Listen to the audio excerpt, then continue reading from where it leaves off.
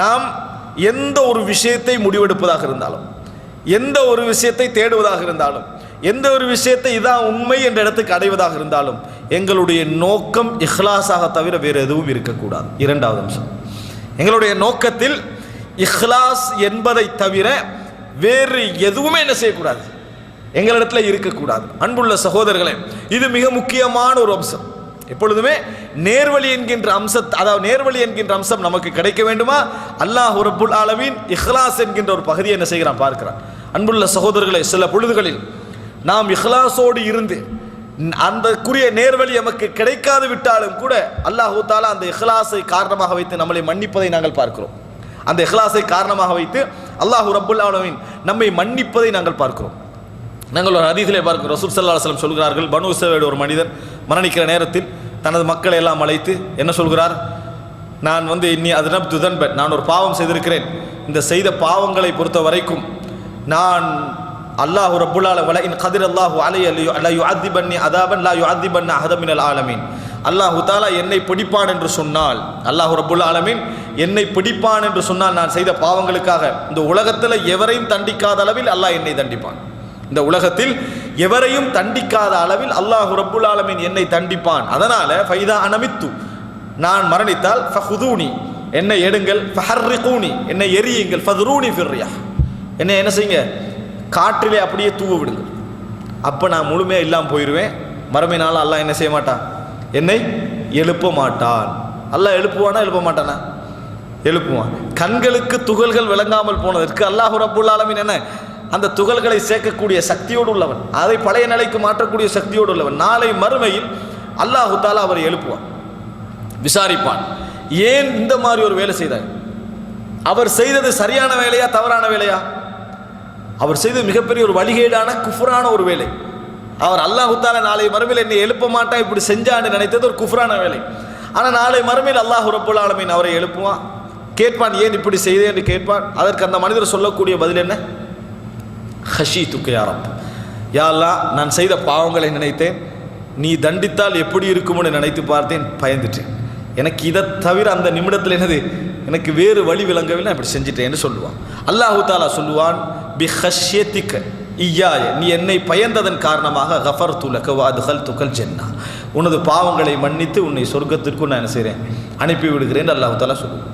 நான் கேட்குறேன், இவ்வளவு ஒரு குஃப்ரை செய்த ஒரு மனிதருக்கு அல்லாஹு தாலா அந்த இடத்துல ஒரு மன்னிப்பு வழங்குகிறான்னு சொன்னால் அவருடைய இஹ்லாஸுடைய ஆழம் எப்படி இருந்திருக்கும் நினைச்சு பாருங்க. அப்ப அல்லாஹ் ரப்புல் ஆலமீன் சில பொழுதுகளில் என்ன செய்வான்னு சொன்னால், இஹ்லாஸ் என்கின்ற பகுதியின் மூலம் சிலருடைய அறியாமையை கூட அல்லாஹு தாலா என்ன செய்வான், மன்னிக்கக்கூடிய வாய்ப்பு இருக்கிற. எதன் காரணமாக, இஹ்லாஸின் காரணமாக. ஆனால் அல்லாஹ் ரப்புல் ஆலமீனுக்கு தெரியும் இவர் இல்மை தேட முயற்சித்தாரா இல்லையா, இவருடைய சூழலில் இல்மு இருந்ததா இல்லையா, அது இரண்டாவது அம்சம். அல்லாஹ் ரப்புல் ஆலமீன் மன்னிப்பதாக இருந்தாலும் இறைவனுக்கே உரிய நிபந்தனைகள் இறைவனிடத்தில் இருக்கின்றன. ஆனால் நாங்கள் புரிந்து கொள்ள வேண்டிய அம்சம், இஹ்லாஸ் என்கின்ற பகுதி ஒரு மனிதனை என்ன செய்யும், அல்லாஹ் ரப்புல் ஆலமீன் நேர்வழியில் நடத்துவதற்கு காரணமாக அமையும். எவ்வளவுதான் வழிதவறி போன மக்களில் சிலரை அல்லாஹ் தாலா நேர்வழியில் கொண்டு வந்து ஏன் சேர்க்கிறான்னு சொல்லுங்க பாப்போம். அவர்கள் வழிதவறி போயிருக்கிற நிலையில் சிந்திக்கின்ற முறையில் என்ன இருந்தது அவனோட மனதில், யா அல்லாஹ் எனக்கு உண்மைதான் கிடைக்கும், எனக்கு இஹ்லாஸ், நான் இவ்வளவு காலம் இதில் இருந்துட்டேன் என்பது எனக்கு முக்கியமல்ல, நான் இவ்வளவு காலம் இதில் வாழ்ந்து விட்டேன் என்பது முக்கியமல்ல, நான் சுமந்திருக்கக்கூடிய பதவி எனக்கு முக்கியமல்ல, நான் இருக்கக்கூடிய சூழல் எனக்கு முக்கியமல்ல, எனக்கு உண்மை அறிய வேண்டும். உண்மை அறிய வேண்டும் எல்லாரும் வாயால சரியா தான் சொல்லிடுவாங்க, நான் இஹ்லாஸாக இருக்கிறேன் எல்லாரும் சொல்லிடுவாங்க, அதுக்காக இஹ்லாஸ் அர்த்தம் அல்ல. இஹ்லாஸை அளக்கிறவன் யாரு, அல்லாஹ் ரப்புல் ஆலமீன். அல்லாஹு தாலா தான் அந்த இஹ்லாஸை அளக்கின்றவன்.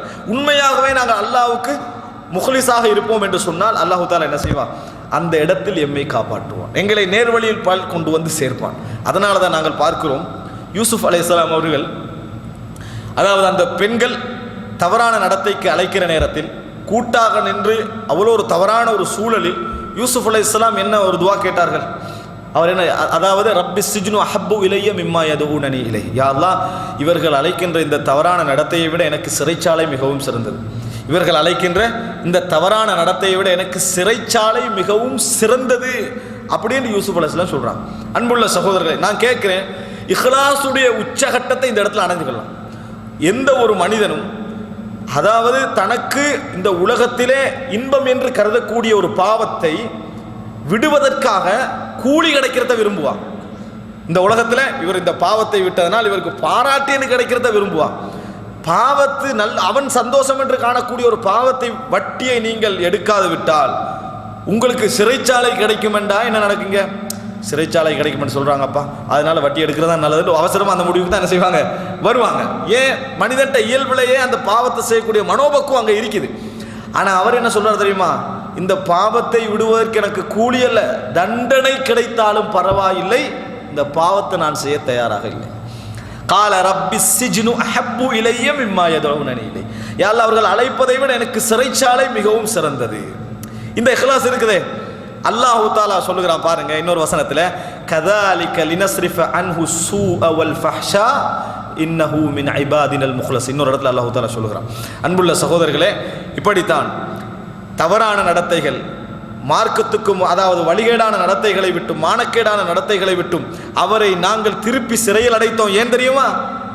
அவர் எமது இஹ்லாஸ் உள்ள அடியார்களில் ஒருவராக இருந்தார். அல்லாஹ் திசை திருப்பியதற்கு சொன்ன ஒரே காரணம் என்ன? இஹ்லாஸ். அவர் இஹ்லாஸ் உள்ள அடியார்களில் ஒருவராக இருந்ததனால அவரை நாங்கள் காப்பாற்றினோம். அவர் கேட்ட சிறைச்சாலையை என்ன செய்து கிடைக்குது. ஆனால் எங்கட பிரார்த்தனையில் இருக்கு, எனக்கு என்ன கிடைச்சாலும் பரவாயில்ல, நான் இதை செய்ய தயாரில்லைன்னு சொல்லுவோம். ஆள் மனதால் சொல்லப்பட்டோம். ஒரு வசனத்துக்கு சொன்னதுக்காக வேண்டி அப்படியே சிறைச்சாலைக்குள்ள வரதா அப்படி என்ற நிலை தான் நம்மட மனநிலையில இருக்கும். விளங்கிட்டா? ஆனால் அவர் சொல்லுகிற நேரத்தில் உண்மையாக சொன்னார், இன்னஹு மின் இபாதினல் முக்லஸீன். அவர் எமது இஹ்லாஸ் உள்ள அடியார்களில் ஒருவராக இருந்தார். அதனால் அன்புள்ள சகோதரர்களே, நாம் எந்த ஒன்றையும் இலக்காக போகிறோமா, நமது மனசு நம்மளை ஏமாற்றுகிறாது என்பதை பார்த்துக் கொள்ளணும். நீ உண்மையை தேடித்தான் போறாய், நீ ஹக்கில் தான் இருக்கிறாய், நீ நேர்மையாக தான் இருக்கிறாய் என்று மனசு சொல்லும். உண்மையாகவே நாம் ஹக்கிலே இருக்கிறேனா, நான் ஹக்கை தேடித்தான் போகிறேனா, என்ற நோக்கம் அதுதானா, அல்லது எனக்கு வேற இலக்குகள் இருக்கின்றனவா? எனது தலைவர் சொல்லுவதை காப்பாற்றுகின்ற எண்ணம், எனது ஊர் மக்கள் சொல்லுவதை காப்பாற்றுகின்ற எண்ணம், எனது பள்ளி நிர்வாகம் சொல்லுவதை காப்பாற்றுகின்ற எண்ணம், எனது இயக்கம் சொல்லுவதை காப்பாற்றுகின்ற எண்ணம் எனக்கு தெரியாமல் மறைமுகமாக எங்காவது இருக்கிறதா? இப்படி செய்கிறவனா முஹ்லிஸ். அன்புள்ள சகோதரர்களே, அப்படி நம்ம செய்வோமாக இருந்தால் அல்லாஹ் ரப்புல் ஆலமீன் ஒரு நாளும் இன்னல்லாஹ லா யுதீஉ அஜ்ரல் முஹ்ஸினீன், நன்மை செய்கின்றவர்களுடைய கூலி அல்லாஹ் வீணாக்குவது கிடையாது. அல்லாஹ் தஆலாவுடைய வாக்கு. எனவே இரண்டாவது அம்சம் சகோதரர்களே, ஹிதாயத்தை இறைவனிடம் கேட்பது அம்சம். இரண்டாவது, நாங்கள் எப்பொழுதும் எமது விஷயங்கள், எமது செயல்பாடுகளில், எமது நடவடிக்கைகளில் உண்மையை தேடுகின்ற விஷயத்தில் எதற்காக தேடுகிறோம் என்பதில் கிளியராக இருக்கும். இஹ்லாஸ் என்பது என்ன செய்யணும்? சரியாக இருக்க வேண்டும். இஹ்லாஸ் இல்லை என்று வைங்களே, நம்ம வேறு பகுதியில் என்ன செஞ்சிருவோம், போயிடுவோம் என்பதை புரிந்து கொள்ள வேண்டும். இரண்டாவது அம்சம்.